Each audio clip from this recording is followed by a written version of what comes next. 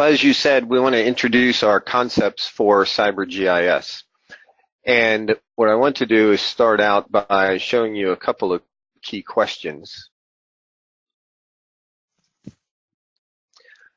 So we believe the GIS can help you solve a number of things related to cybersecurity and even your IT outage and impairment information, especially related to your mission, your operations, or even critical systems and critical infrastructure.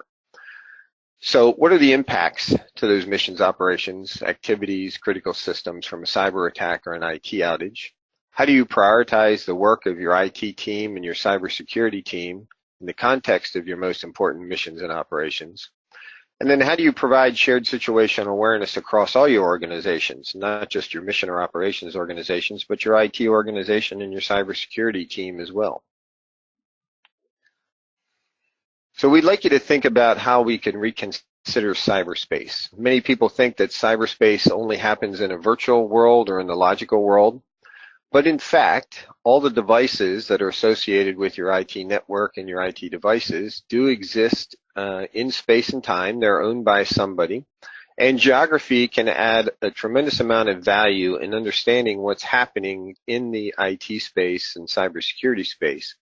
So by linking these layers, the logical network layer to the physical network layer, and then to the geographic layer, we use a capability called Arcgis, which allows us to model both the logical network and the physical network and interoperate or interact with them together.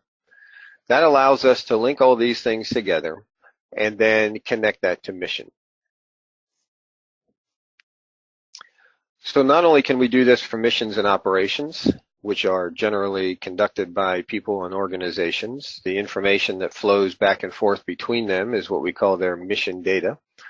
But we can look at this from a critical systems perspective and the connectivity and data that flows back and forth between those systems, and even critical infrastructure. All of those monitoring capabilities and systems and data flow over a set of IT devices and network connections. So by monitoring that IT network and device set of devices, we can actually then make a connection back to those missions and operations, critical systems, and critical infrastructure. So how do we do this? We've developed a concept we call the cyber supply line. So again, if you think about this in a mission context, we have a set of people and organizations that are conducting missions, and their mission data flows back and forth across the IT network supporting them. And when we overlay that mission data flow over that set of network devices and network paths, we create a cyber supply line. And this allows us to identify the most critical devices and network paths associated with any given mission at any given time. And then we can monitor those devices and network paths and link back to the impact on that particular set of mission and operations. So the way we do this is to take your GIS tools and data that you're using potentially already in parts of your organization, like your facilities organization or in your operations organization, say your public safety folks, police, emergency management, fire, etc.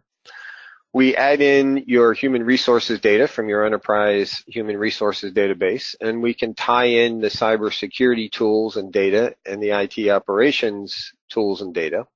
And we can create an integrated set of data and applications using the GIS platform to do that shared situational awareness across all of your organization.